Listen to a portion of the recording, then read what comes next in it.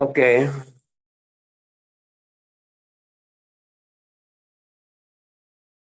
masih ada pertanyaan-pertanyaan yang lain mungkin dari materi tadi, silakan.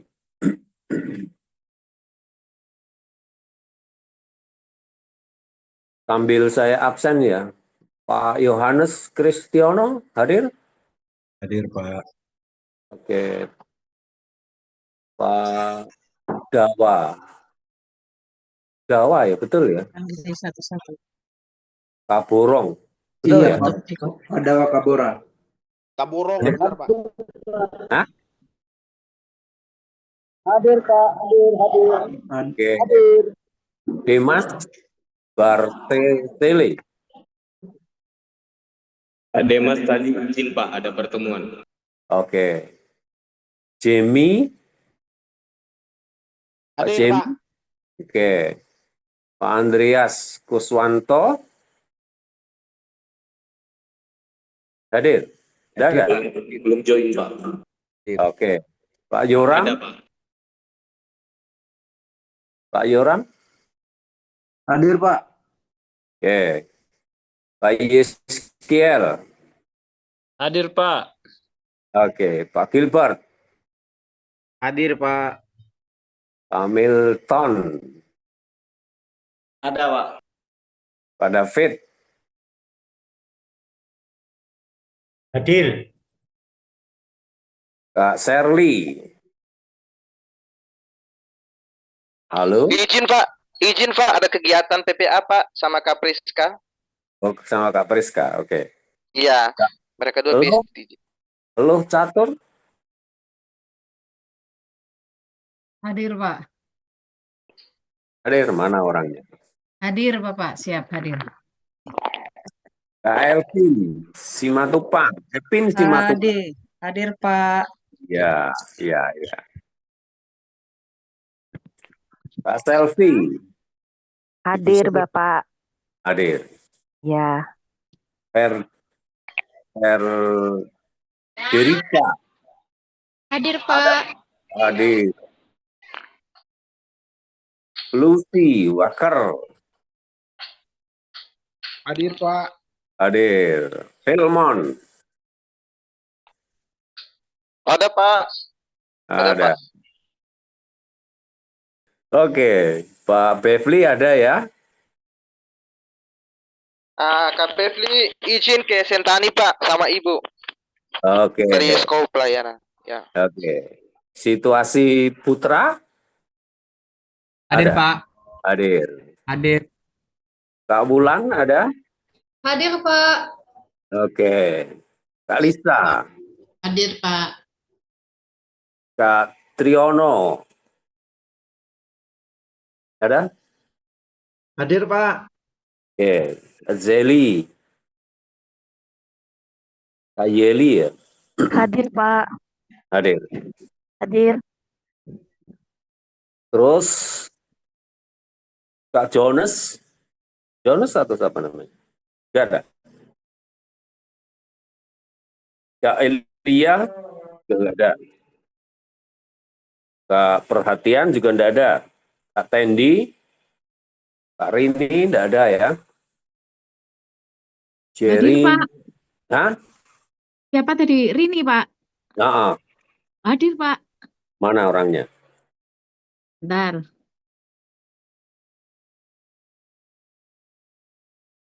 Hadir, Pak.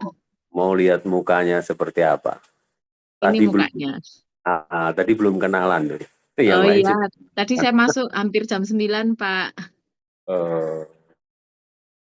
Ini dari mana, Kak Rini? Dari Jogja, Pak. Wih, Jogja di mana? Di apanya, Pak? Tempat pelayanannya? GKII. GKI mana? Di Pogung, Pak, kami ibadah. Pogung Lor, Pogung Kidul. Pogung Lor. Ini asli Jogja? Iya, Pak. Sudah keluarga? Sudah, anak 4, Wow, suami 1. Iya. Iya. Nah, ini perlu ditambah itu, biar cepat sekolah minggunya tambah banyak. Ya Pak, maunya gitu Pak. Mantap. Iya, soalnya baru 4 Pak. Iya, baru ya. Asli mana? Mbak Rini asli Jogja atau mana? Iya Ibu Pak, Rini. sebenarnya Bapak dari Semarang, Ibu Magelang. Cuman saya dikandung, lahir, dan besar di Jogja. Jadi taunya Jogja Pak. Berarti asli Jawa ya. Ya, Suami orang Jawa juga? bukan Pak, Kalimantan. Oh, Kalimantan mana? Kalimantan mana ya sekarang? Utara Pak. Oh, Utara. Anu Dayak bukan? Iya Pak, Oh, orang asli Dayak. Dayak. Iya,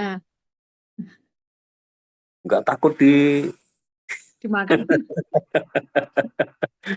Mangkok merah, Kalau mangkok mungkin, merah. Pak. Sekarang Mangkok saya merah, makan Pak. kayaknya Pak. Dia nggak bisa pulang Pak, sudah Pak. Iya, bercanda lah. Iya, iya Pak. Oke, terima kasih Bu Rini. Tapi tinggalnya di Pogong juga? Kalau saya masih tinggal di anu Pak, Pingit Pak. Oh, Tinggalnya di Pingit. bukan di Anu toh, tapi di Pingit toh? Iya Iya toh? Pak. Yang jelas gitu. Oke, Kak Jerry ada ndak ini? Kak Jessica ada ndak ya? Makasih Ibu. Lalu yang terakhir itu siapa ini? Yudia? Yulda atau Yudia? Ada Pak, hadir Pak. Siapa? Yudia Pak. Oh Yudia, betul Yudia. Hadir. Iya Pak. Dari mana? Mana Makanya- wajahmu? Wajahmu mana? Oh, Jangan-jangan nanti rohnya yang di situ. ini wajah saya Pak. Oh iya. Kecil mulu ya.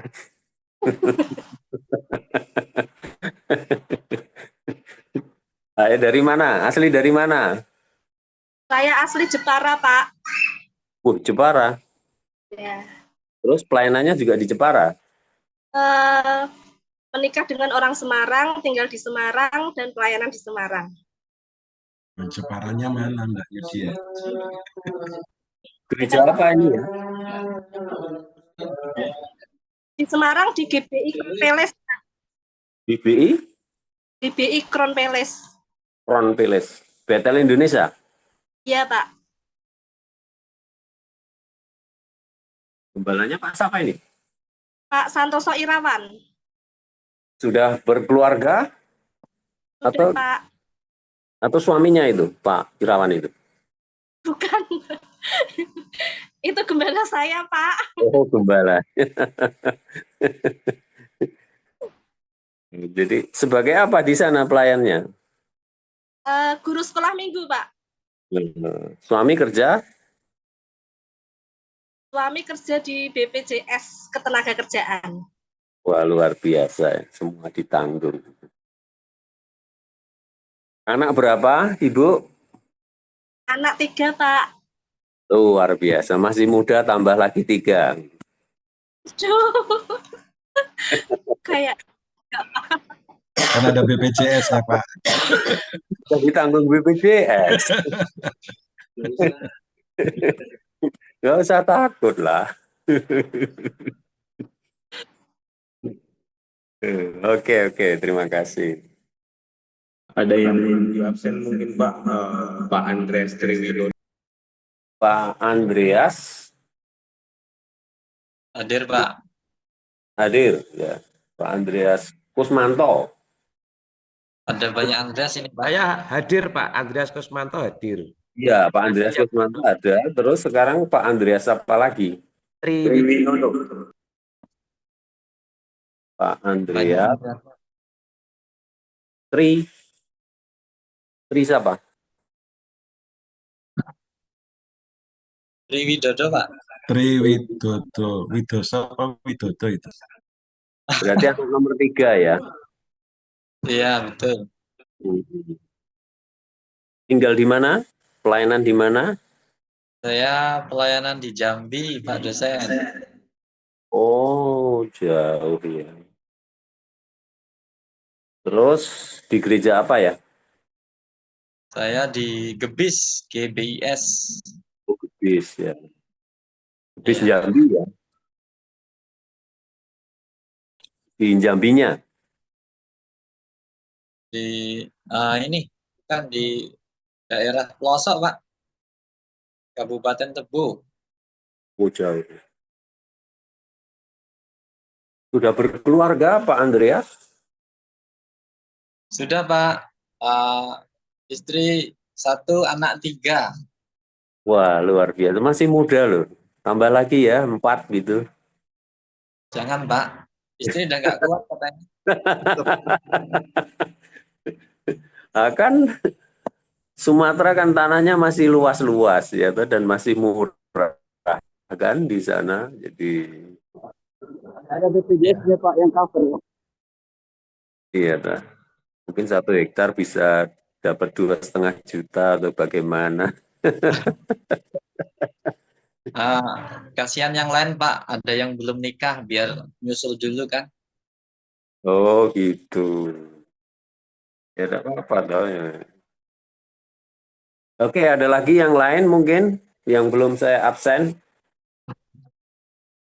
Saya Pak. Saya, Pak. Siapa? Dawa Pak. Hah? Dawa Pak. Dawa. Yuk. Dari tadi belum masuk ya? Sudah tadi Pak, sudah di absen. Oh, Dawa sudah ya. Ya sudah. Ya. Oke, yang lain ada yang belum saya absen? Saya yang belum. Enrico, Pak Enrico.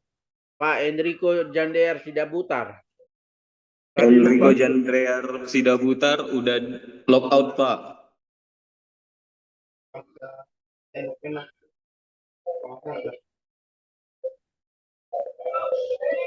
Apakse Murid yang belum, Pak.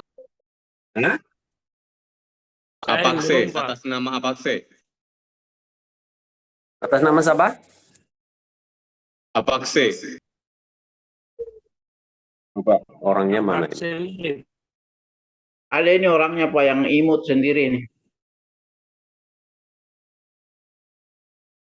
Siapa namanya? Orangnya ada di situ, Pak. Apakse Murid. Murid. Oke. Tadi belum. Iya, Pak.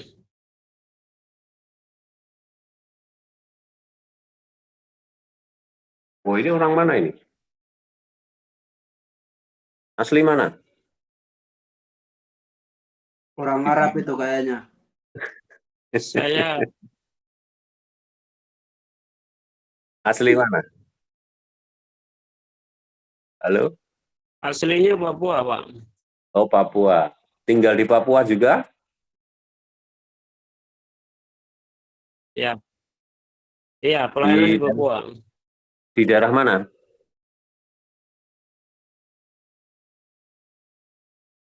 Saya di Sarmi, Pak. Pengembalaan di Sarmi. Sarmi.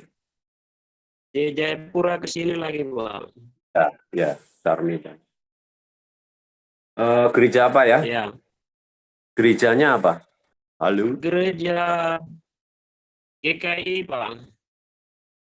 Gereja Kristen Injili. Kemah Halo, Injil. Pak. Gereja GKI. Oke, Kemah Injil. Gereja Kemah Gereja Injil. Kristen Kemah Injil Indonesia. Indonesia. Oke. Iya, Kemah Injil Indonesia. Thank you. Sudah keluarga ya?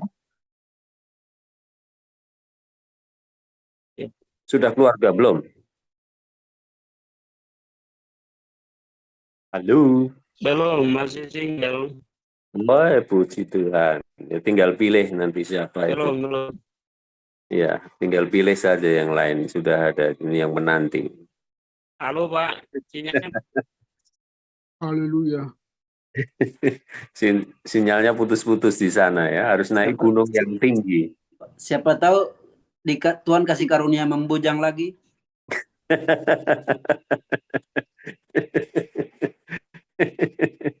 Seperti Paulus. Ada lagi yang lain yang belum saya absen? Ini sudah daftarnya 34, tapi yang 1, 2, 3, 4, 5, 6.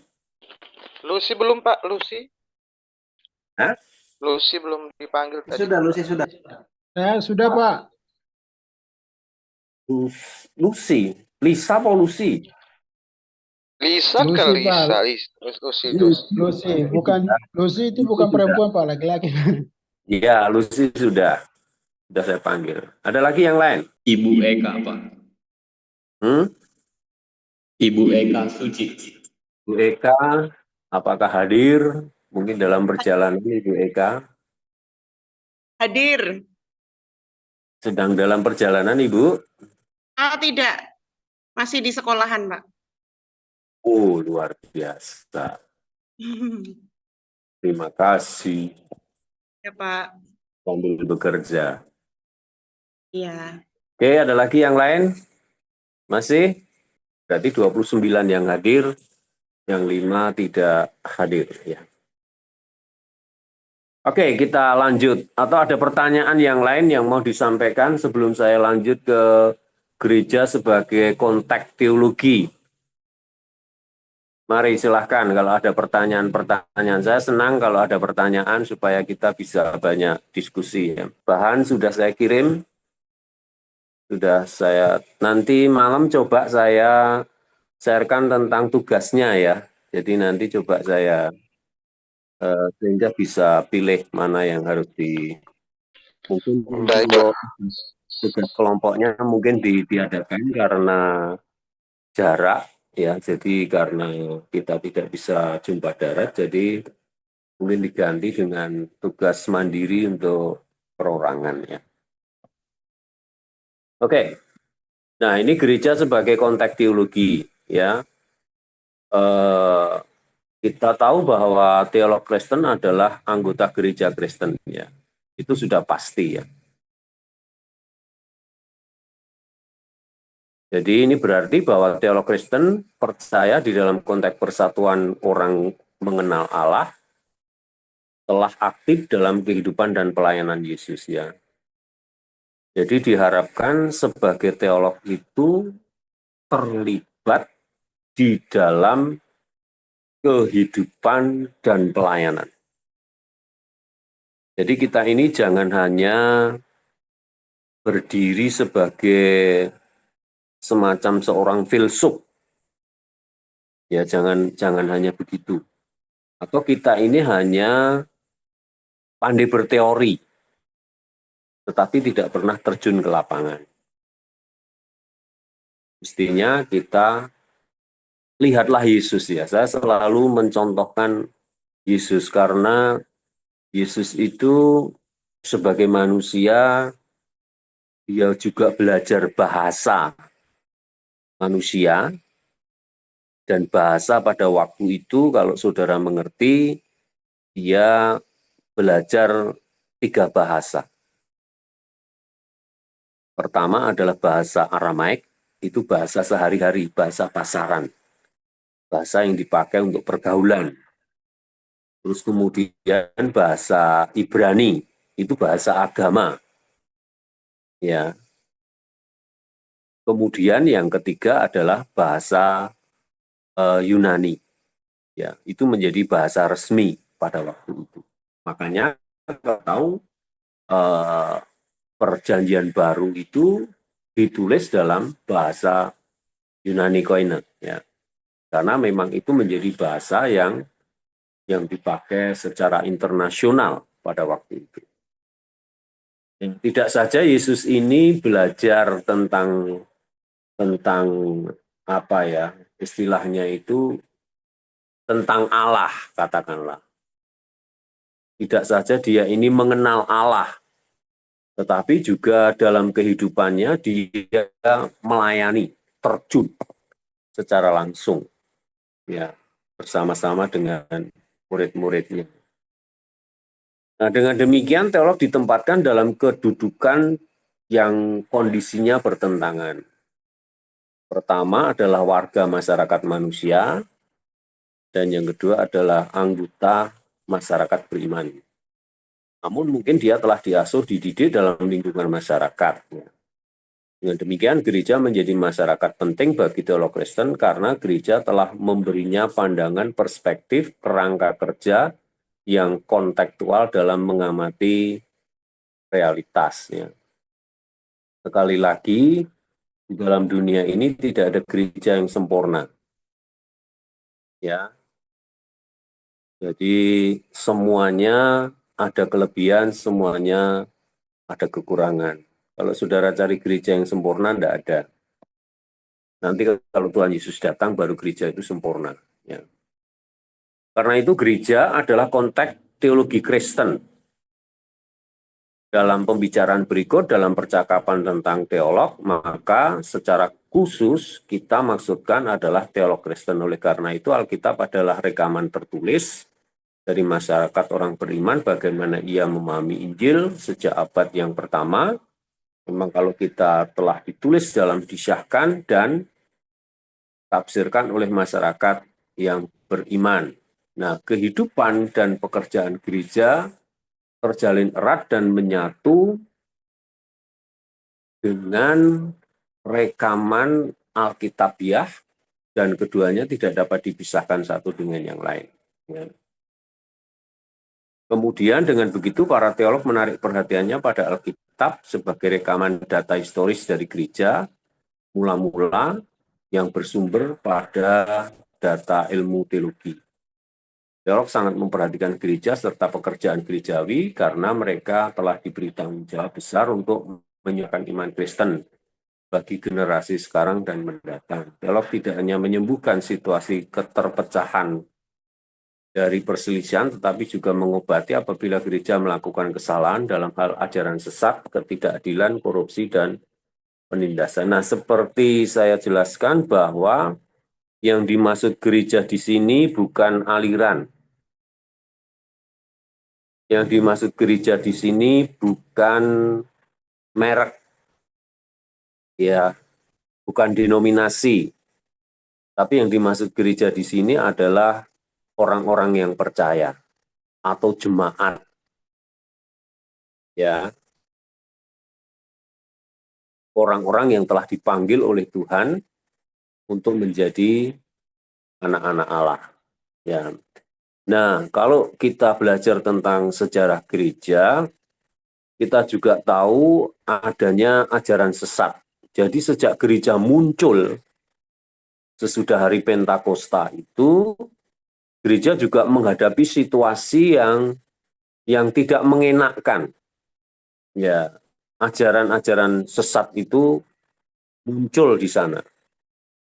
Misalnya tentang Gnostisisme, ya. Makanya Rasul Yohanes itu menulis baik dalam Injilnya, Injil Yohanes maupun surat-surat Yohanes. Dan itu sebenarnya dia menentang, khususnya dalam surat-surat Yohanes itu, ajaran atau aliran atau paham atau isme tentang Gnostik, ya, yang mengajarkan tentang dualisme. Dualisme itu apa? Dualisme itu mengatakan bahwa roh itu baik, tubuh itu jahat. Jadi dia menulis bagian itu, ya. Jadi kemudian kalau kita belajar kembali, akhirnya ajaran-ajaran sesat ini tidak hilang, ya, sampai sekarang itu ada, ya, sampai akhir zaman itu ada, dan munculnya itu hanya kadangkala berubah nama. Nah, sekarang yang sedang ngetren misalnya seperti Kristen progresif. Ya, saudara mendengar tentang Kristen progresif. Ya. Jadi, nah ini juga sebenarnya itu liberal, Kristen progresif itu. Ya, itu aliran liberal. Ya, sebenarnya sudah abad-abad yang lalu, ya, sudah ada bagian-bagian itu.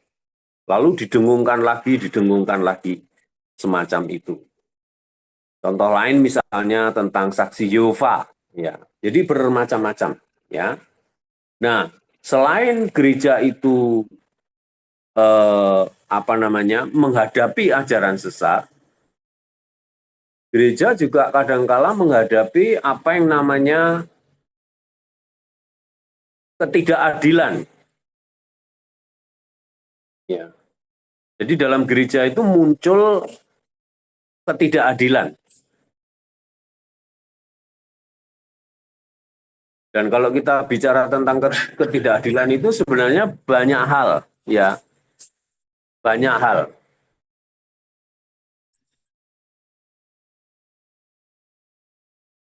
Nah, selain adanya ketidakadilan, gereja juga dalam gereja sendiri terjadi apa yang namanya korupsi.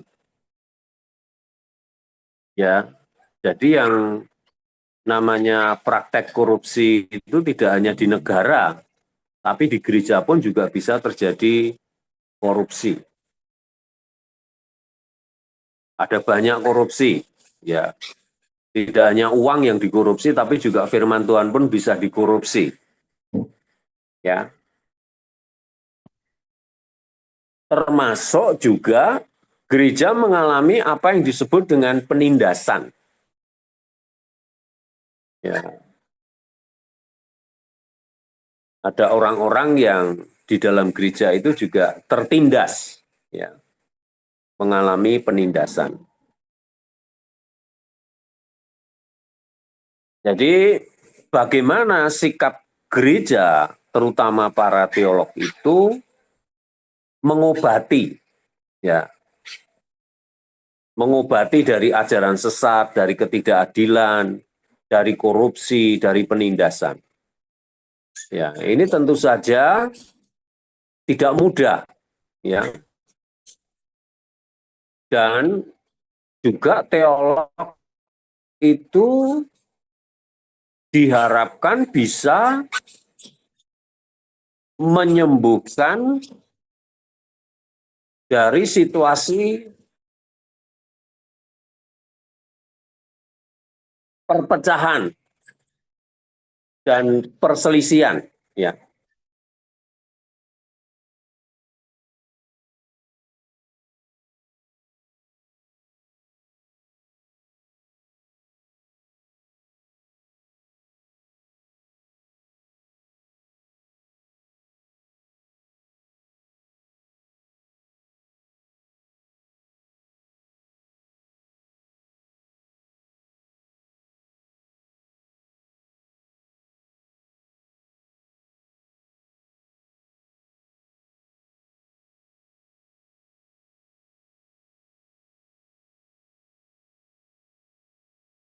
Nah, jadi inilah peran seorang teolog bagaimana menyembuhkan situasi pertama tentang perpecahan. Jadi kalau terjadi perpecahan dalam gereja, bagaimana sikap kita?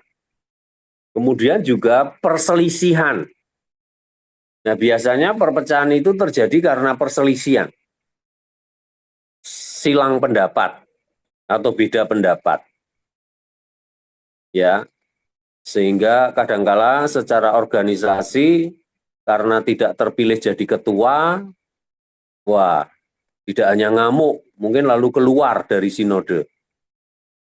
Ya, bisa terjadi semacam itu. Egonya masih terlalu tinggi. Ya.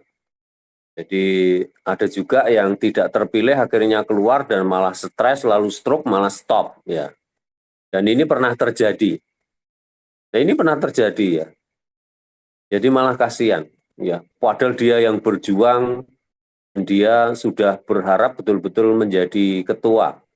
Tapi waktu pemilihan itu suaranya kalah hanya 1 suara saja. Mengerikan.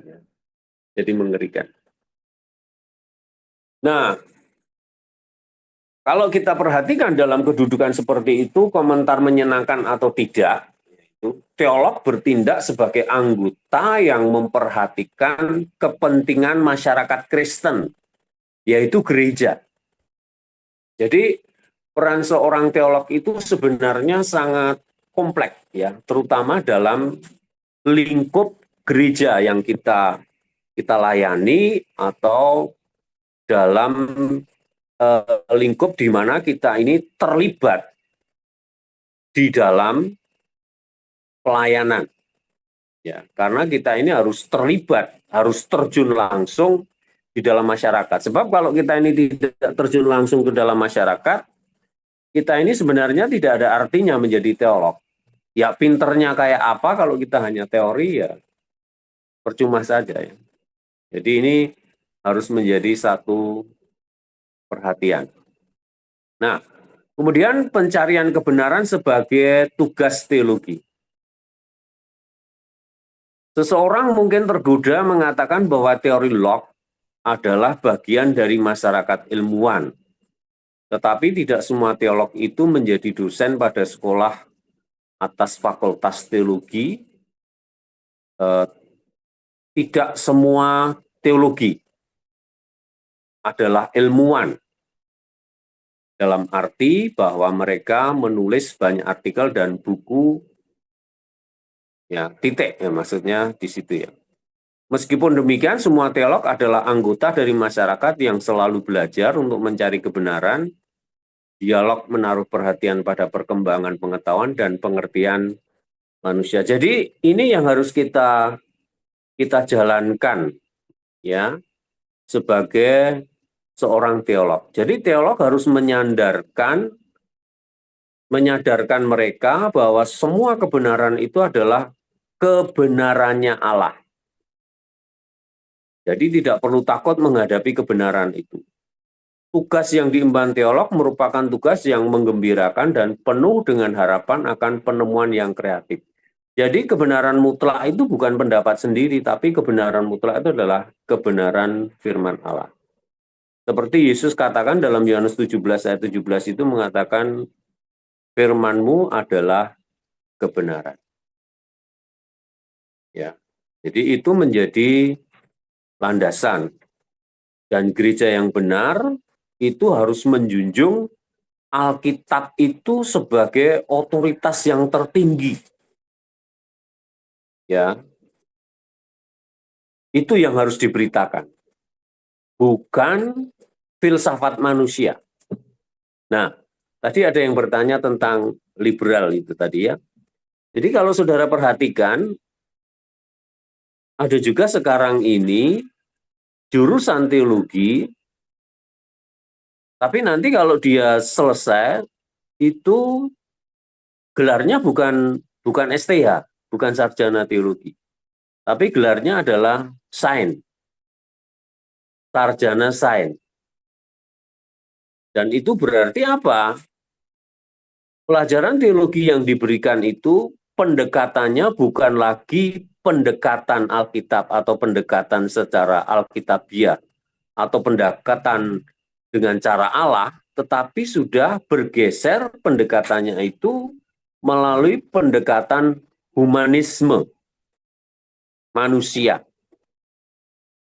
Nah, kalau saudara dengar khotbahnya itu sepertinya benar, sepertinya. Tapi yang diberitakan itu bukan firman Allah. Tapi yang diberitakan itu adalah filsafat manusia. Ya. Dan ini harus hati-hati. Ya, sekarang ini banyak gereja yang semacam itu ya.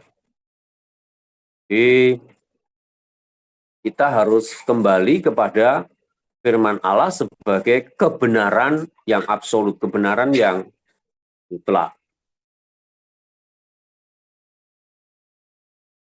Nah, melalui tahun studi lanjutan, mereka menerima sumber alat yang memampukan mereka menghadapi keraguan tanpa kehilangan iman. Jadi kita ini harus harus kuat di dalam iman. Ya, makanya tadi juga ditanyakan kalau kita mengutip dari apakah kita akan terpengaruh atau tidak, nah itu tergantung kita sendiri sebenarnya. Apakah kita mau dipengaruhi atau tidak, ya. Nah, dalam tingkatan nilai kemungkinan terjadi konflik di dalam diri teolog menjadi anggota masyarakat Kristen dan juga masyarakat yang selalu belajar. Ya.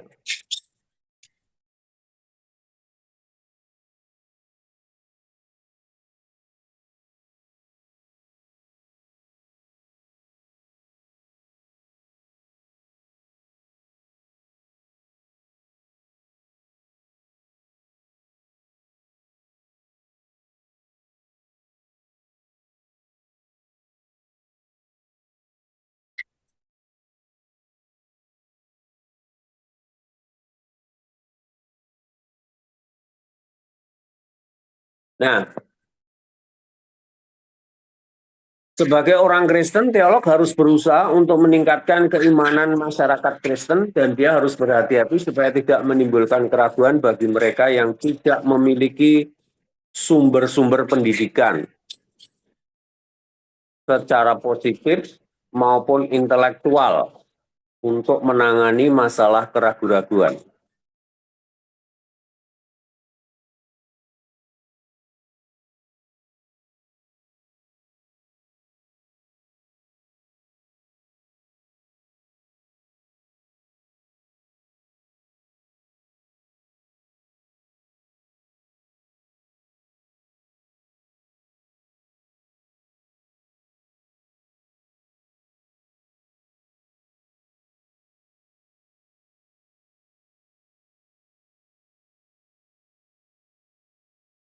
Nah, minta maaf ya, ini ada gangguan sedikit.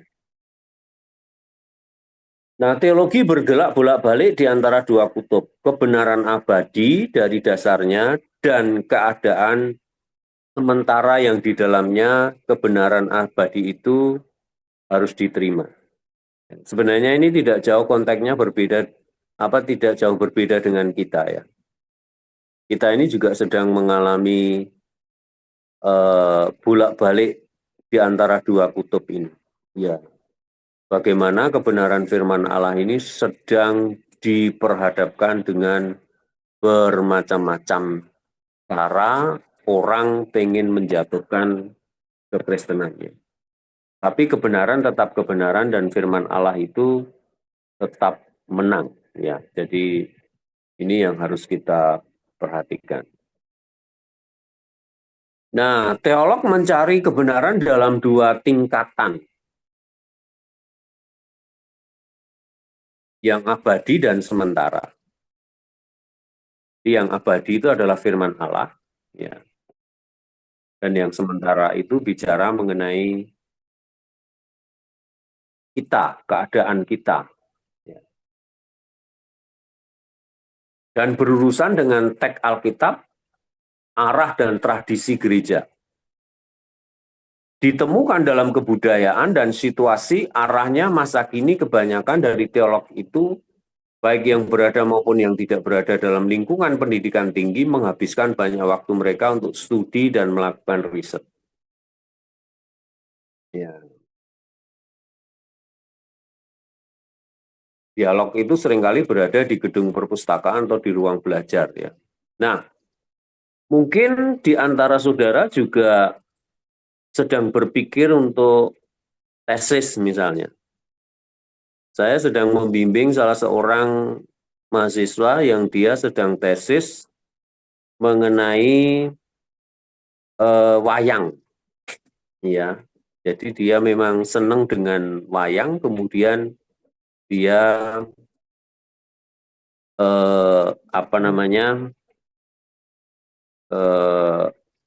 berusaha untuk bisa bagaimana mengangkat wayang itu menjadi sarana pendidikan Kristen atau juga sarana untuk pemberitaan Injil. Ya. Nah, mungkin di antara saudara ada yang sedang memikirkan mengenai kebudayaan-kebudayaan yang lain. Ya, jadi budaya itu ada dua macam sebenarnya. Ada yang positif, tetapi juga ada yang negatif. Kita bisa melihat dalam bagian-bagian itu ya. Nah, Lanjut kepada pribadi yang nyata dan prinsip yang abstraknya. Teolog menarik perhatiannya baik kepada pribadi termasuk gereja, juga termasuk kepada hal-hal yang abstrak seperti kebenaran, ya, termasuk konsepsi mengenai Allah. Tapi dalam segala hal, teolog tetap menempatkan pribadi manusia dalam pusat kepribadiannya, adalah menarik perhatian baik kepada pribadi termasuk gereja, juga kepada hal yang abstrak seperti kebenaran termasuk konsepsi mengenai Allah. Tapi dalam segala hal, teolog tetap menempatkan pribadi manusia dalam pusat kepribadiannya.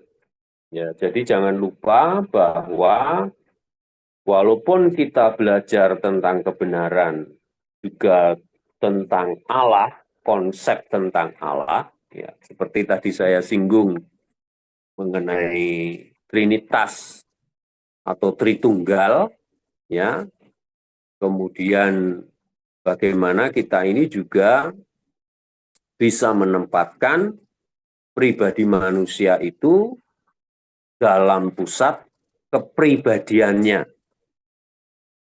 Ya, jadi kita tetap menghargai manusia. Makanya Yesus mengajarkan ada dua hukum. Yang pertama, kasihlah Tuhan Allahmu dengan segenap hatimu. Dan yang kedua adalah kasihlah sesamamu, manusia seperti dirimu sendiri. Ya, ini menempatkan pribadi manusia itu sebagai pusat pribadi. Ya, jadi, nah oleh karena itu Allah tidak mengutus doktrin tentang pribadi, melainkan Ia sendiri datang menjelma sebagai manusia dan tinggal di antara kita. Ya, jadi Allah sendiri menjadi manusia. Makanya di dalam Yohanes pasal yang ke-1 ayat yang ke-14 itu mengatakan bahwa firman itu telah menjadi manusia dan tinggal di antara kita. Jadi logos itu telah menjadi sak, ya, menjadi daging. Ya. Kalau logos kan kata-kata itu tidak bisa dipegang. Tapi kalau daging itu bisa dipegang, diraba. Makanya dalam 1 Yohanes pasal 1 ayat 1 sampai 4 itu dalam suratnya Yohanes mengajarkan tentang Yesus itu bahwa dia itu bukan roh, tetapi dia itu adalah manusia, adalah sak, adalah daging. Makanya dia mengatakan, apa yang telah kami lihat, kami dengar, kami raba tentang firman hidup. Ya. Nah, firman itu hidup, atau firman itu hidup itu menjadi manusia. Itu. Kalau hanya firman saja, bagaimana bisa diraba, bagaimana bisa dilihat, bagaimana bisa dipegang, bagaimana bisa didengarkan melalui telinga. Tapi karena itu menjadi manusia, maka firman itu bisa diraba, dilihat. Dan itulah yang diberitakan. Jadi kalau kita melihat Allah sendiri sebagai pribadi itu, dia menjelma menjadi manusia. Nah, doktrin yang terbaik sekalipun tidak dapat dibandingkan dengan satu fakta di mana Allah menjadi manusia dalam diri Kristus Yesus. Dan kemungkinan kalau dia itu turun ke Jawa waktu itu, seandainya, ya saya yakin 2000 tahun yang lalu penduduk Jawa juga sudah ada ya, pasti dia akan pakai blangkon, pakai sorjan, ya, pakai jari. Tetapi karena dia datang harus dari keturunan Daud, dan Daud itu orang Yahudi,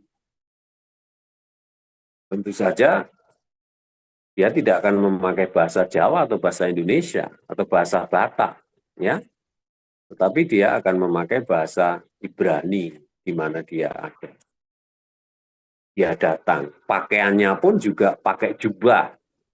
Ya, bukan pakai jas seperti orang barat. Atau pakai batik seperti kita orang Indonesia. Ya, tidak. Jadi akan menyesuaikan dengan di mana Allah menjadi manusia. Nah, itulah namanya budaya. Nah, dalam hal ini kita lihat bahwa Allah juga adalah warga dari masyarakat yang penuh perhatian. Sebagai orang yang penuh perhatian, berusaha untuk menjelaskan dan mengerti misteri. Jadi, kita ingat bahwa Allah menjadi manusia itu, dia tinggal dalam masyarakat tertentu. Dan kalau saudara tahu, dan kita juga tahu, bahwa pekerjaan Yusuf itu adalah sebagai, tukang kayu. Makanya Yesus juga menjadi tukang kayu. Dia belajar dari ayahnya. Sebelum dia menyatakan diri sebagai Mesias, sebagai anak Allah, dia adalah tukang kayu. Ya, dia membuat meja, membuat kursi, membuat lemari, membuat mimbar. Ya, biasa dia dikritik oleh masyarakat yang memesannya, di mana ini kursinya kok tidak seimbang, mejanya kok kurang lurus, ya, dan seterusnya. Ya, dia bergaul dengan masyarakat di mana dia tinggal. Nah, juga teolog sebagai anggota masyarakat manusia, masyarakat beriman, masyarakat Kristen, masyarakat yang selalu belajar, kelompok berusaha untuk memenuhi kebutuhan yang timbul dari masing-masing masyarakat yang bermacam-macam, tetapi juga sebenarnya saling berhubungan satu dengan yang lain. Inilah yang disebut dengan makhluk sosial. Ya, kita butuh baju. Kita tidak mungkin harus menjahit sendiri, harus bikin kain sendiri, tidak bisa. Ya, ada orang lain yang profesinya sebagai penjahit, ada orang lain yang profesinya sebagai pabrik bahan untuk pakaian, ya, dan seterusnya. Jadi kita tidak bisa hidup sendiri. Nah, mungkin dalam bagian ini, bagian pertama ini, kalau ada pertanyaan dipersilahkan. Kita nanti stop jam berapa? 4:30 ya. Belum kita lanjutkan ke bab yang kedua. Ya. Jadi mungkin ada Baik, pertanyaan. Pak. Saya Ya. Filmon mau bertanya, Pak. Ya. Ini pertanyaan. Saya mau bertanya saja. Ada beberapa hal, misalnya tentang budaya, ya, kita pelayanan di Indonesia itu. Kelihatan enggak ya? Oh iya, maaf. Oke. Oke, thank you. Pak, lagi belum mandi jadi sedikit itu. Baik, Pak. Baik, Pak, saya mau bertanya. Ini kan kita di budaya Indonesia. Jadi sempat kita pelayanan tuh ada yang menanyakan begini. Kan kita kalau khotbah itu tidak harus pakai jas misalnya. Di aturan itu gereja itu dituntut untuk harus pakai jas, harus penampilan modis. Kan begini, menurut saya kan tidak harus penampilan pakai jas, atau dalam hal-hal misalnya khotbah itu tidak harus pakai jas, karena ya jas itu kan menurut saya ya Pak, menurut saya itu kan budaya-budaya barat yang masih dipertahankan di Indonesia. Jadi di situ diwajibkan untuk harus pakai jas karena lebih baik dan lebih modis dan sebagainya. Dan menurut saya itu tidak terlalu esensi. Jadi kadang-kadang juga saya agak bertentangan dengan pendapat-pendapat itu dari beberapa hamba Tuhan, Pak. Menurut saya, bagaimana Pak untuk kita, ada beberapa konsep hamba Tuhan yang masih dengan budaya-budaya seperti itu, Pak. Terima kasih, Pak. Oke. Ada yang mau kasih pendapat? Silakan.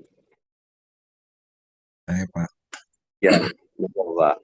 Ya, seperti apa yang ditanyakan sama Filmon tadi, ketika kita masuk dalam pelayanan sebuah gereja, kita kan harus tunduk dengan aturan gereja di mana kita masuk kan, Pak.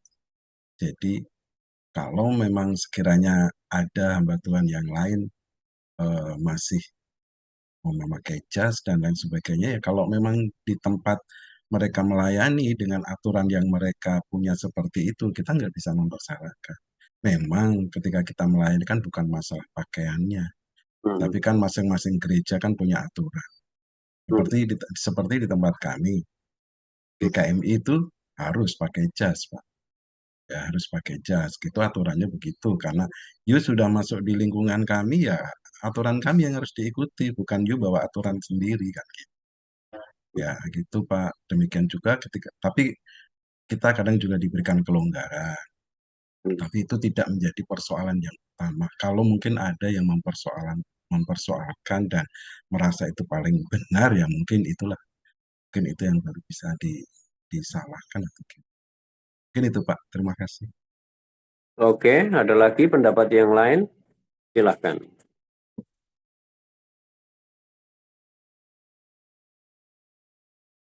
Nggak ada. Semua pada hilang. Masih Pak, masih. Masih ya. Ada yang kasih pendapat?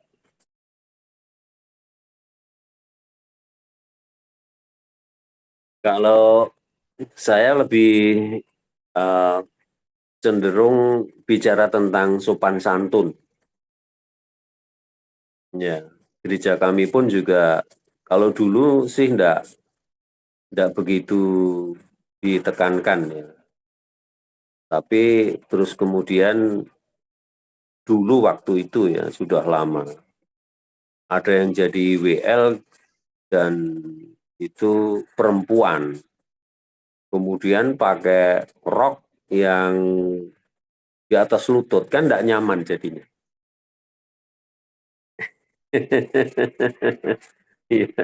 Betul Pak itu. Ya toh? Mending pakai jilbab sekalian ya Pak. Nah,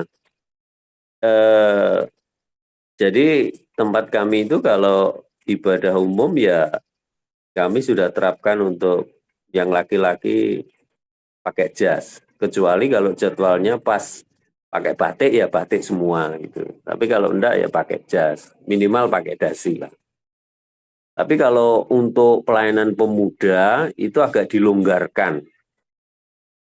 Yang penting sopan. Tapi satu ketika kami menghadiri event pemuda dan kebetulan itu hanya diundang untuk hadir saja. Nah, saya sangat terganggu dengan si pengkhotbahnya. Ya, minta maaf sudah ada tatonya, kemudian pakai jin dan jinnya itu yang bolong-bolong itu loh. Celananya itu. Mungkin kontekstualisasi, Pak. Apalagi saya sebagai orang Jawa. Dan ini konteksnya di Jogja. Jadi saya rasa kok enggak pas juga ya. Ya. Coba kalau kita ini seandainya menghadap presiden pakai katok bolong-bolong gitu, kira-kira menghargai presiden atau enggak ya? Jangankan presiden lah, ketemu bupati gitu aja lah. Nggak bisa ketemu Pak, dihalangi dulu Pak malahan. Nah, iya. Jangankan ring 1, ring 3 kita sudah enggak masuk. Suruh pulang. Ya. Jadi, nah apalagi kita ini menghadap Tuhan. Ya. Kalau saudara perhatikan kata firman Tuhan itu di dalam 1 Korintus pasal 14 itu ayat-ayat terakhir itu mengatakan semuanya itu harus dilakukan dengan sopan dan teratur. Ya kan? Nah, kata sopan. Ya. Saya pikir juga kita tidak pas kalau seandainya kita ini lalu melayani pakai kaos yang tidak ada kerahnya. Jadi kaos apa namanya? Semacam kaos olahraga tapi tidak ada kerahnya gitu. Kaos blong. Nah, ya itu juga termasuk sebenarnya untuk program S2 ini juga mohon maaf ya. Jadi kalau hanya kaosan itu kok rasanya tidak menghargai orang lain. Ya. Ini minta maaf ya. Karena belum mandi tadi, Pak. Kan masalahnya belum mandi, saya juga belum mandi sore ini. Iya Pak, belum mandi Pak, makanya takut kelihatan jeleknya, jadi ya ditutup aja Pak. Saya juga belum mandi. Sore ini belum mandi. Belum sempat, nanti habis ini baru mandi. Jadi coba kalau saya tidak pakai baju, lalu saya hanya pakai kaos biasa. Perasaan saudara gimana? Wah, rasanya kok tidak dihargai, kan begitu kan? Ya, apalagi kita ini yang sudah orang-orang tua. Ya, jadi pastilah kita ini, kalau dalam bahasa Jawa itu ada istilahnya ngempan go papan. Ya, artinya kita ini harus bisa menempatkan diri di mana kita ini berada. Nah, salah satu hal, kalau itu di gereja, bukankah gereja itu adalah tempat di mana Allah hadir? Nah, kita ini sebagai pelayannya.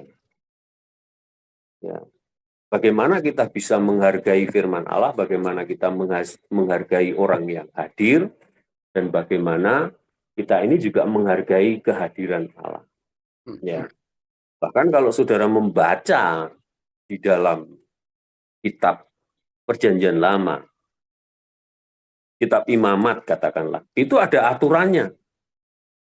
Allah pun berfirman kepada Musa tentang pakaian itu. Bagaimana supaya tidak kelihatan yang memalukan. Ya. Jadi sekali lagi, tolak ukurnya itu adalah pakaian itu sopan. Pantas enggak? Kira-kira kalau saya pakai begini ini, nanti menjadi batu sandungan atau tidak? Ya, itu hal yang perlu diperhatikan. Lalu sekarang jangankan hanya pakaian, misalnya rambut gondrong. Nah, Tuhan Yesus kan juga gondrong, Pak. Apa benar Tuhan Yesus gondrong?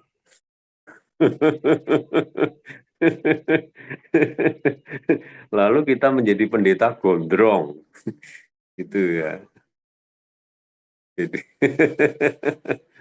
apakah model semacam itu bisa kita lakukan ya? Walaupun mungkin sekarang ini sedang viral mengenai pendeta siapa itu ya, yang di Jawa Tengah, yang di Semarang itu.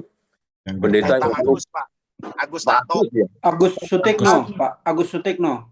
Nah, iya toh, dia terjun di anak luar biasa sebenarnya pelayanannya. Dia dari gereja Pentakosta.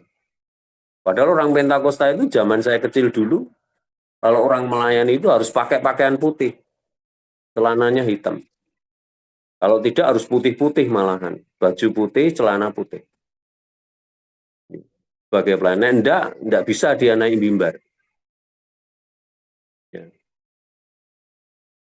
Nah itu apa namanya? Nah kita ini jangan sampai kebablasan lah. Etikanya harus tetap bisa kita pakai. Oke ya Pak Filton ya. Ada lagi pertanyaan yang lain? Apakah sudah pada loyo? Sudah kurang bergairah?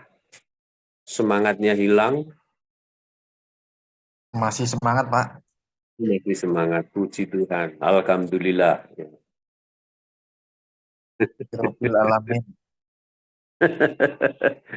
Loh, alhamdulillah itu kan artinya juga puji Tuhan. Ya, tak?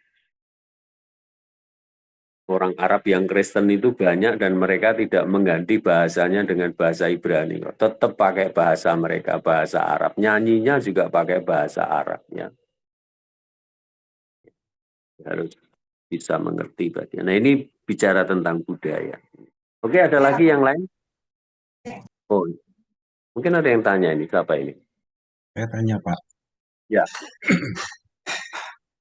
Biasanya yang sering kali diperhadapkan kepada kita itu kan ketika kita masuk dalam pelayanan diperhadapkan dengan adat yang berbeda, suku yang berbeda, budaya yang berbeda. Padahal kita ini kan sebagai hamba Tuhan harusnya kan memang bisa bisa masuk ke semua golongan, semua situasi dan keadaan. Tapi kadangkala itu latar belakang dari si hamba Tuhan sendiri itu kadang mempengaruhi, Pak. Mempengaruhi untuk, wah nggak mungkin lah aku bisa seperti, contoh seperti saya orang Jawa, jemaat saya rata-rata 85% Chinese.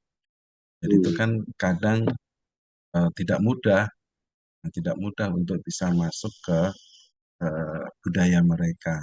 Apalagi nyuwun sewu seperti tadi, cara mereka berpakaian kalau ke gereja itu kadang di atas lutut dan lain sebagainya.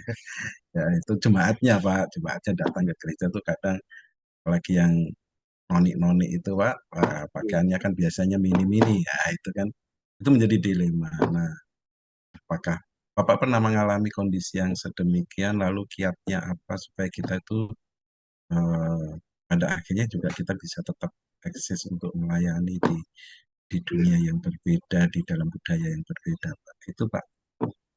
Iya. Kalau saya sendiri sih melihat bagian itu kadangkala saya sampaikan melalui khotbah, kadangkala saya singgung sedikit tentang, ya mungkin ada orang yang beli baju lalu uangnya kurang, gitu. Kalau uangnya kurang kan berarti mungkin tidak pakai lengan. Bahannya jadi kurang. Jadi kita singgung tapi tidak secara langsung gitu.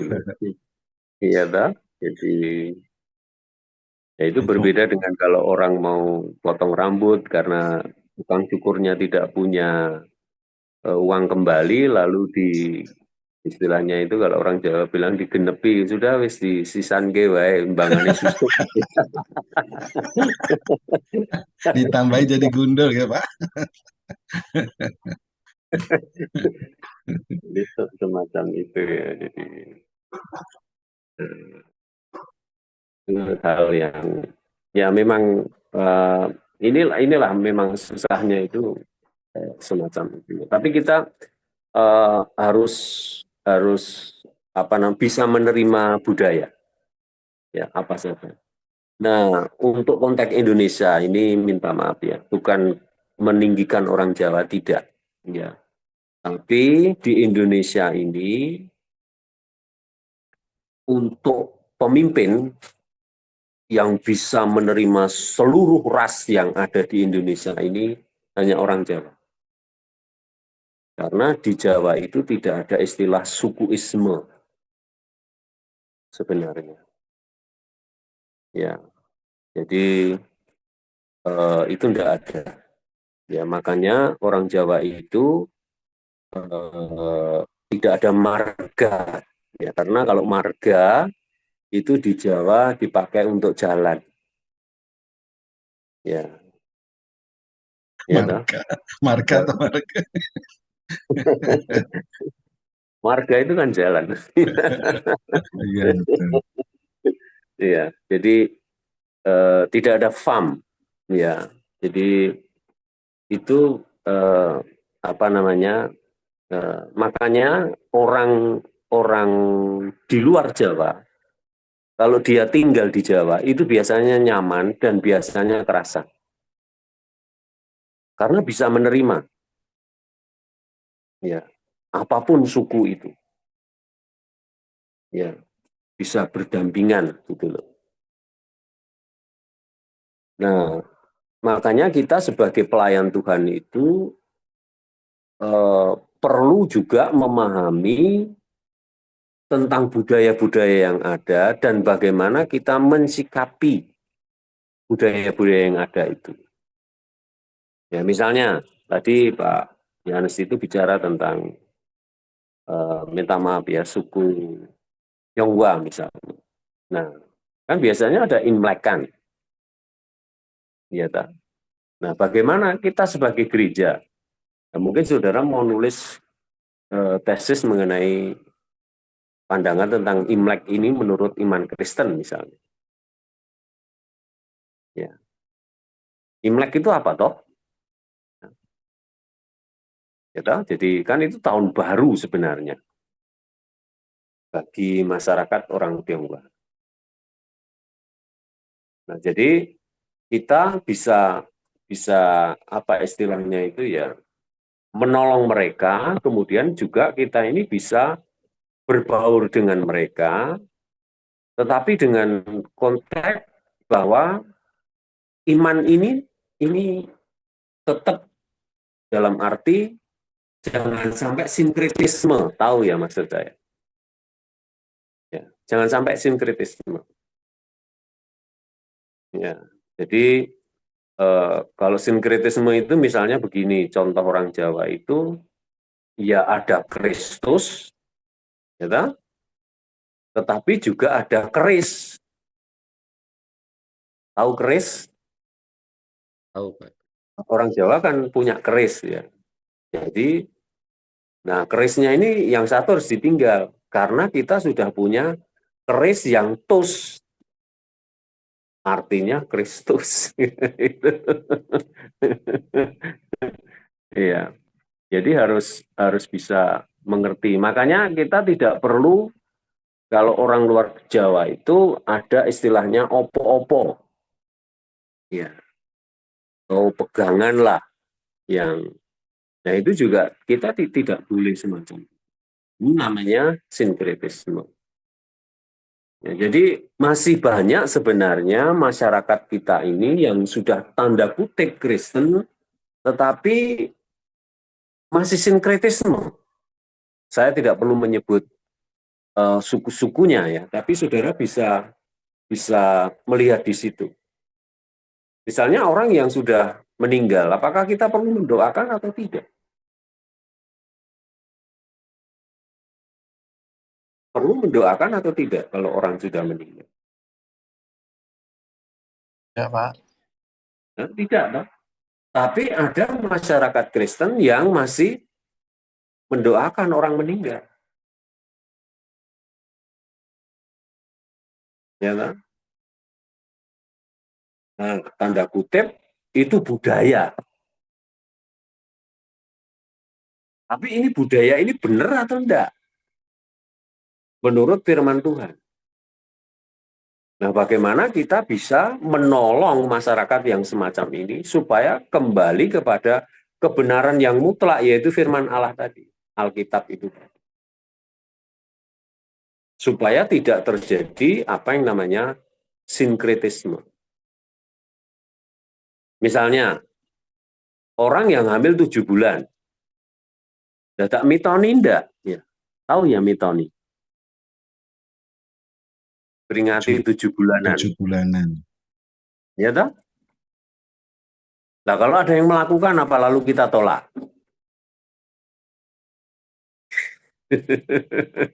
Nah, ini perlu diberi pembelajaran. Ya. Supaya mereka mengerti. Karena itu termasuk dalam budaya.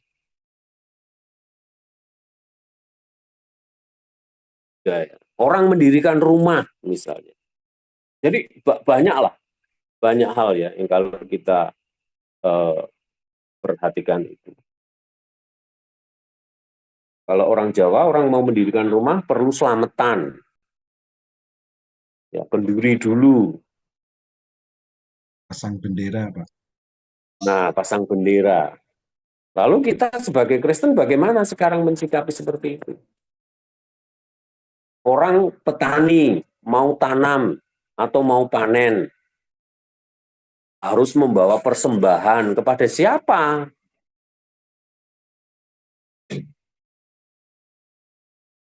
Jadi hal-hal ini perlu diubah ya, supaya sesuai dengan kebenaran firman Tuhan. Ya kalau ekstrim lalu kita bilang tidak boleh, dosa. Tapi kita harus memberi pengajaran, memberi pengertian, memberi pemahaman kepada mereka. Dosanya di mana? Salahnya seperti apa? Mengapa tidak boleh?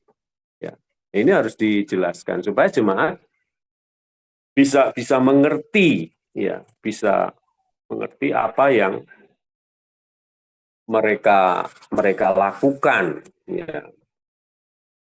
Jadi sehingga sesuai dengan kebenaran firman Tuhan. Oke, mungkin ada pertanyaan lagi, satu lagi mungkin. Saya izin bertanya, Pak. Oh iya, Pak Andrea. Ini menyinggung tadi disinggung oleh Bapak mengenai contohnya itu di dalam budaya orang Jawa itu kan salah satunya itu kan mitoni tadi ya sempat disinggung gitu ya. Nah, yang jadi pertanyaan itu kan kasusnya seperti ini. Memang di tempat saya melayani itu memang mitoni itu masih dilakukan.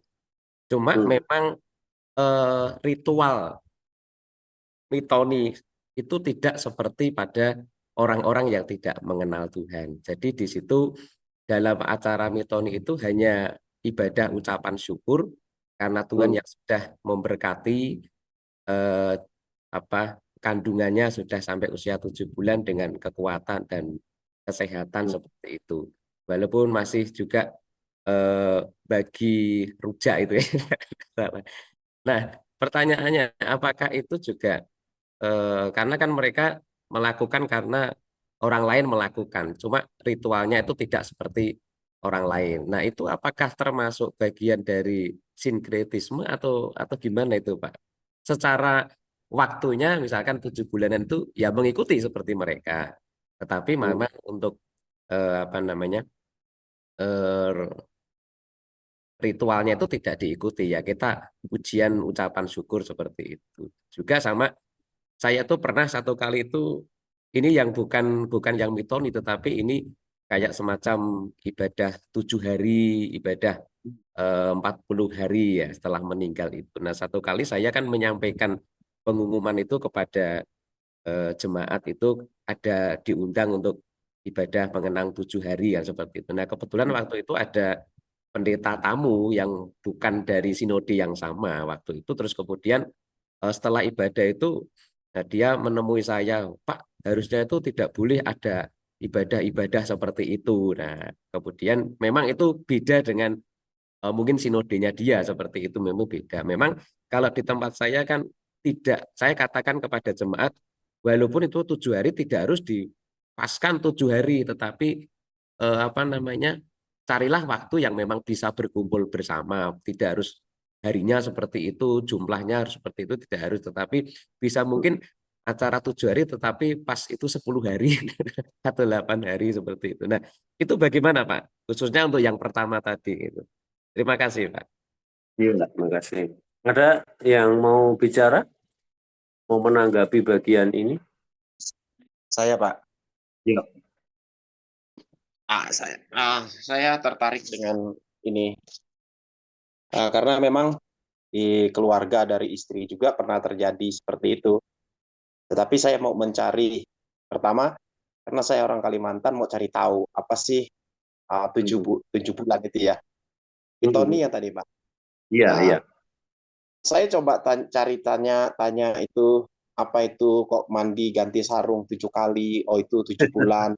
Terus kemudian telur, kan telur dikasih itu jatuh sampai ke bawah pecah, itu saya tanya kenapa, nanti lahir biar lancar dia bilang gitu. Terus kemudian yang laki itu suaminya akan belah kelapa muda yang dimana digambar wayang laki dan perempuan, saya lupa tokohnya itu. Dia katakan itu kalau dibelah kelapa itu dibelah terus terbelah 2 itu laki-laki. Terus kemudian kalau dia tidak terbelah itu perempuan. Saya bilang begini, itu bolehlah dipakai pada waktu mungkin rumah sakit atau bidan belum begitu banyak, itu bolehlah dipakai. Tetapi sekarang saya coba membawa mereka ke pemahaman tentang sekarang ini sudah maju. Jadi itu kita bisa bawa ke rumah sakit untuk periksa USG atau bagaimana. Tujuannya apa? Tujuan supaya nanti apakah ini bisa lahir. Nah, kalau saya seperti di sini saya membawa mereka untuk berpikir untuk itu. Dan memang ponaan saya itu pada akhirnya dia melahirkan itu dengan kesulitan dan dokter itu bilang antara hidup dan mati, baik itu suka istri ataukah anak bayi itu yang meninggal. Nah, puji Tuhannya bayi itu tetap bisa lahir dengan baik, tetapi sayang dia dalam keadaan di vakum. Dan itu sangat menderita sekali ibu dan tentu kondisi bayinya juga pertumbuhannya sampai sekarang juga kurang begitu normal dengan anak-anak yang pada umumnya yang bisa melahir dengan baik. Nah, kalau saya memberikan Ya, pemahaman kepada mereka, begitu. ya, Nah, ya, terus siap. kemudian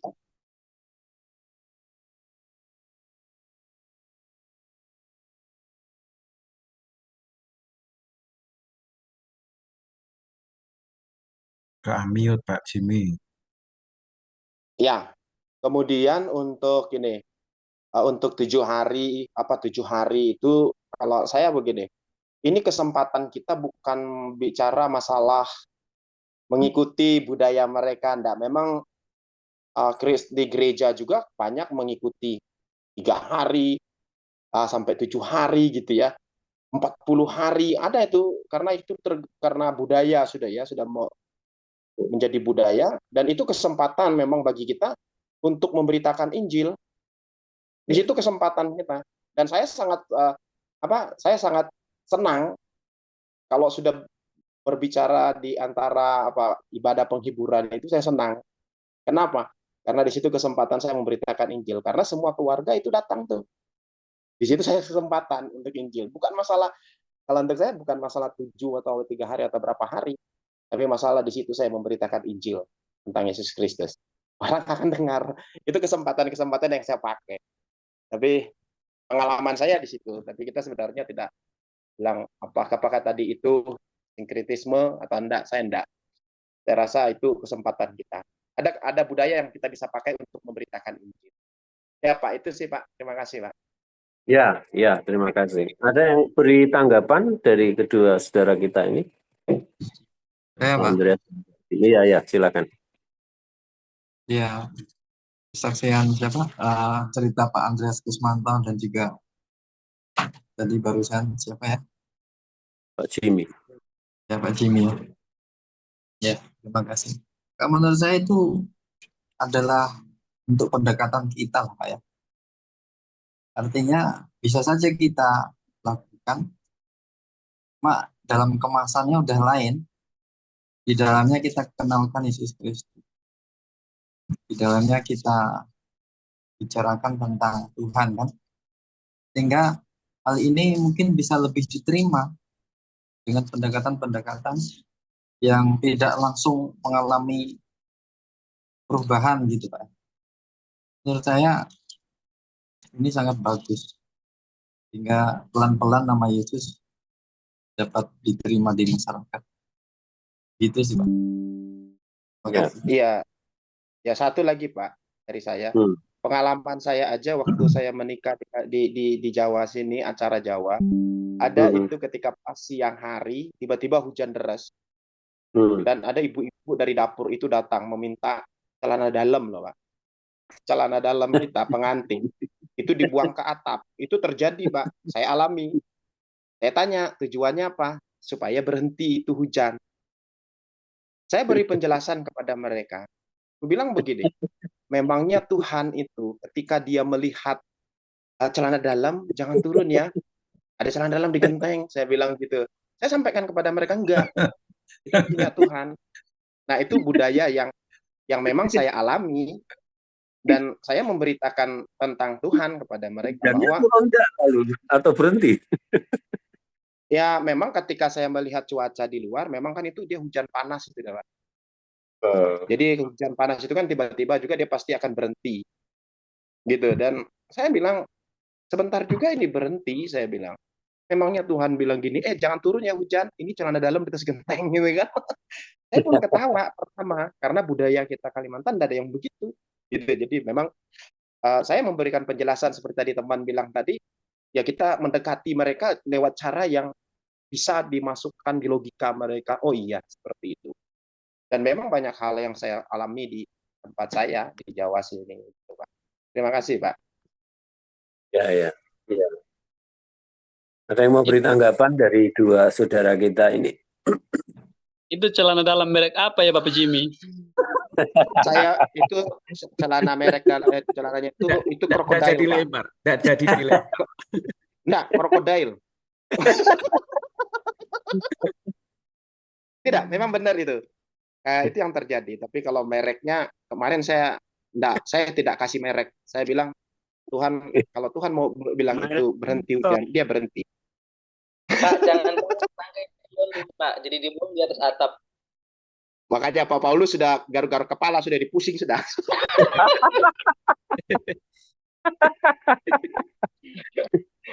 Aduh, mungkin Pak Paulus kalau ada pengalaman untuk itu. hujan bisa diberhentikan begitu, Jakarta tidak akan banjir ya. Itu sudah. Pak, lain kali bawa ke ini aja, Pak. Di Jawa supaya jangan ada banjir. Tidak, itu budaya. Itu budaya yang ada terjadi di tempat istri saya. Jadi saya bisa menceritakan itu, gitu ya. Terima kasih, Pak. Oke, ya, terima kasih. Mungkin saya kasih sedikit pandangan saja untuk 7 bulanan. Kira-kira Alkitab ada enggak diceritakan mengenai itu?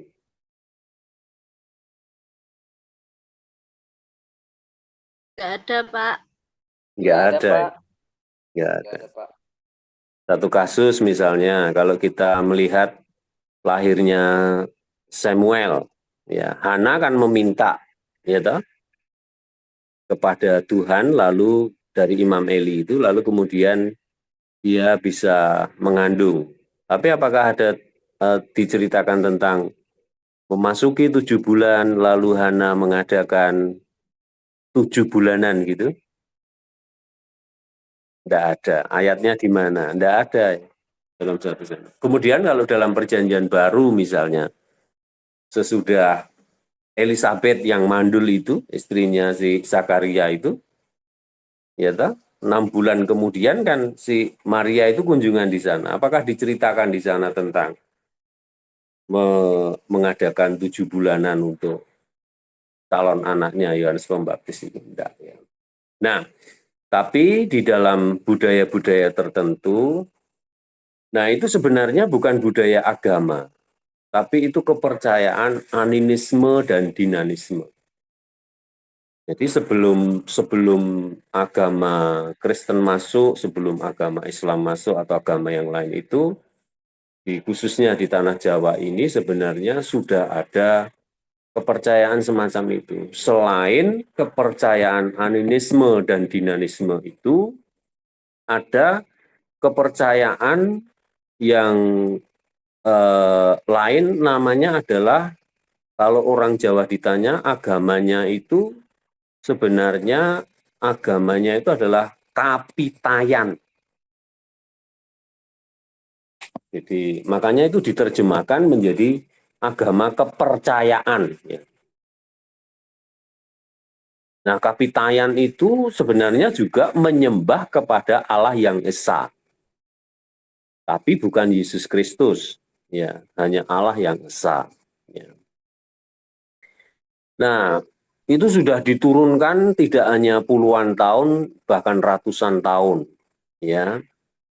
Dan itu sampai sekarang, tetapi juga perkembangan teknologi sekarang ini tidak semua orang Jawa itu melakukan budaya itu. Waktu kami punya anak pun, ya istri saya hamil itu juga saya tidak pernah melakukan 7 bulanan. Dan kebetulan anak kami itu lahirnya semua prematur. 7 bulan lahir. Ya, 3 anak itu ya. Mungkin karena nggak di 7 bulan.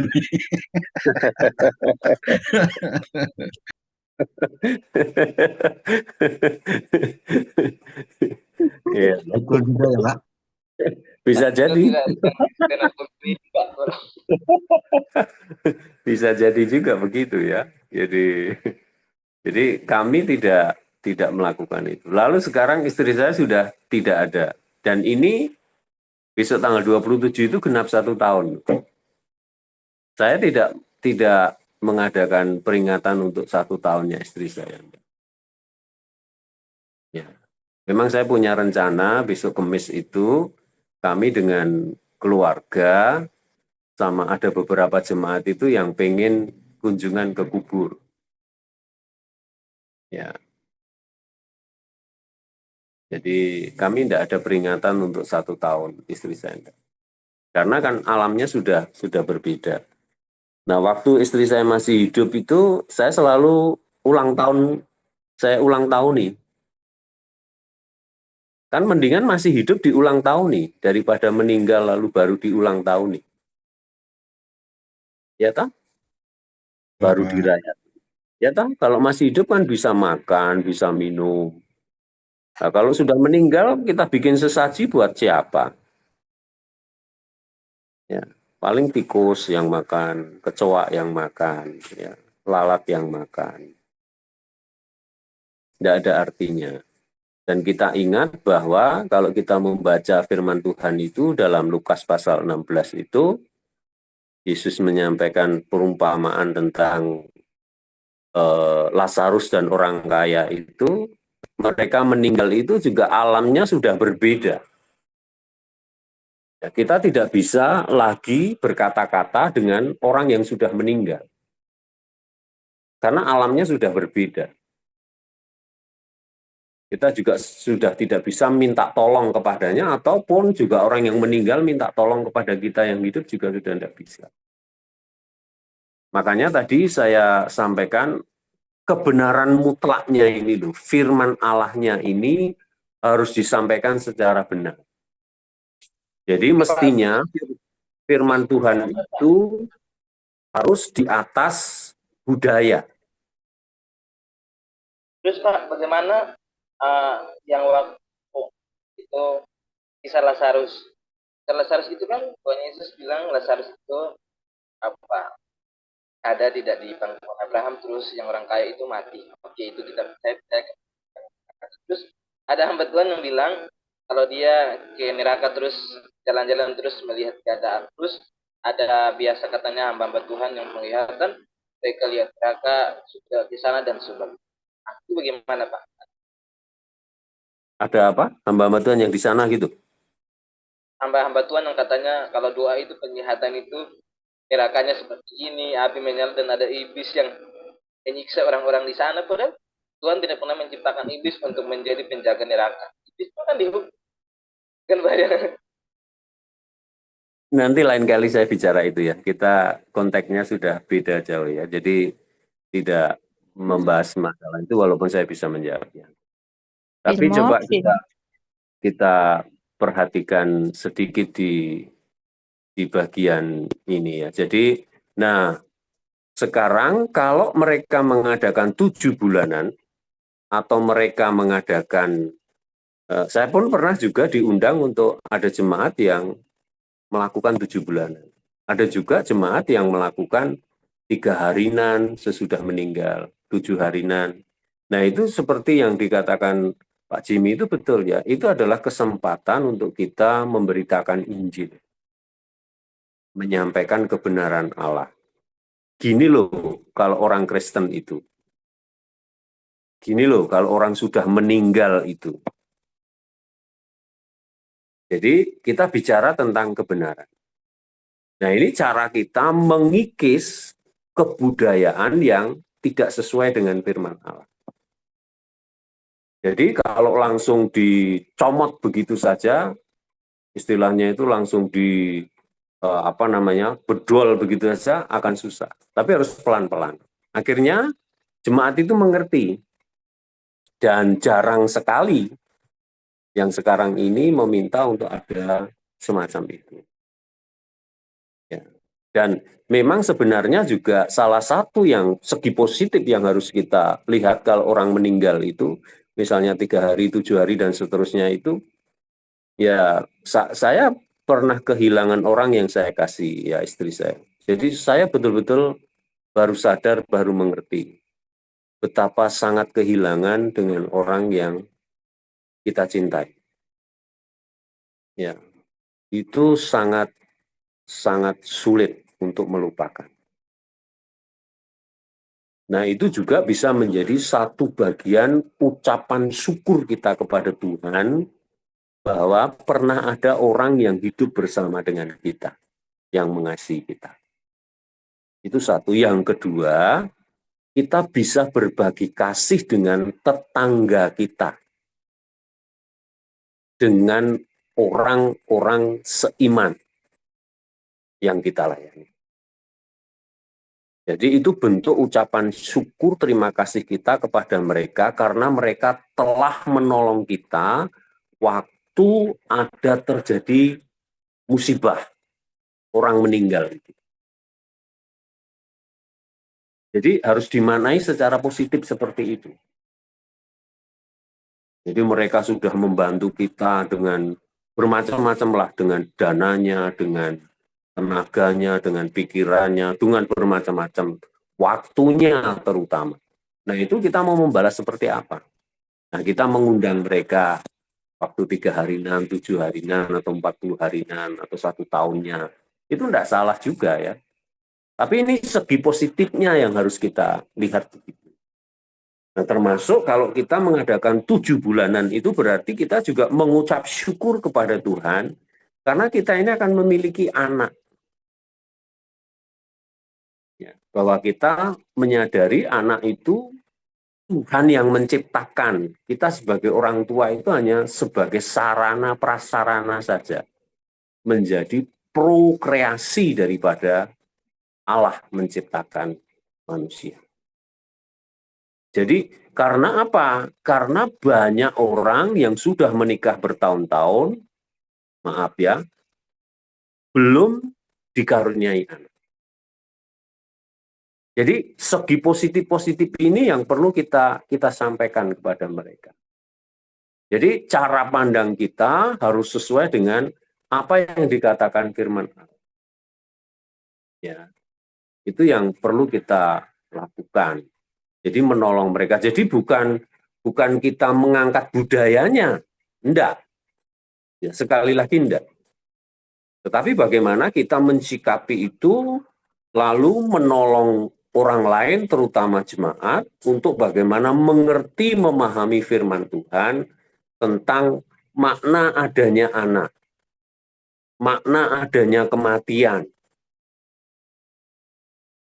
dan seterusnya. Itu yang bisa kita lakukan. Ya, jadi bukan lalu, nah kalau ditanyakan lalu celana dalam ditaruh di atas genteng tidak hujan, nah itu bukan budaya menyelesaikan itu ya. Saya tidak bisa jawab juga.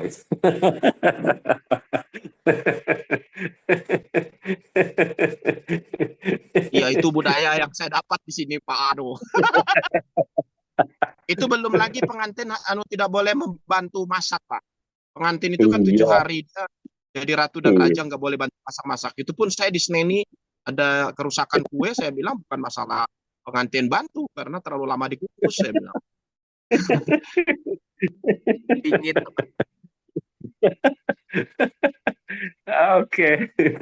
Oke, sudah cukup mungkin hari ini. Besok kita sambung lagi, nanti bicara-bicara tidak ada habisnya juga.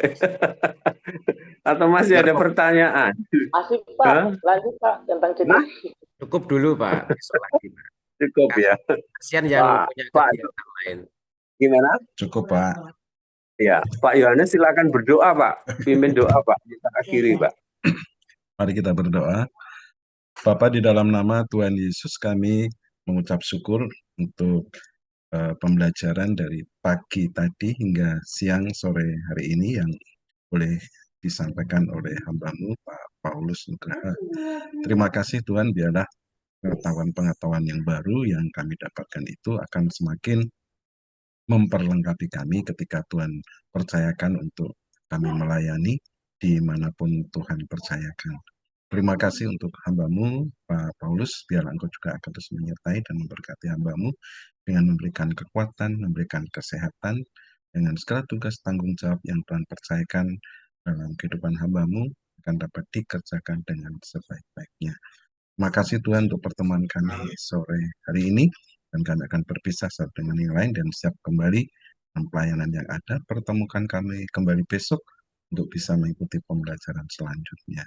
Segala kemuliaan bagi nama-Mu, di dalam nama Tuhan kami, Yesus Kristus, kami berdoa dan mengucap syukur kepada Bapa di surga. Amin. Amin. Selamat sore, Tuhan berkati. Terima kasih. Selamat sore, Tuhan berkati. Selamat sore.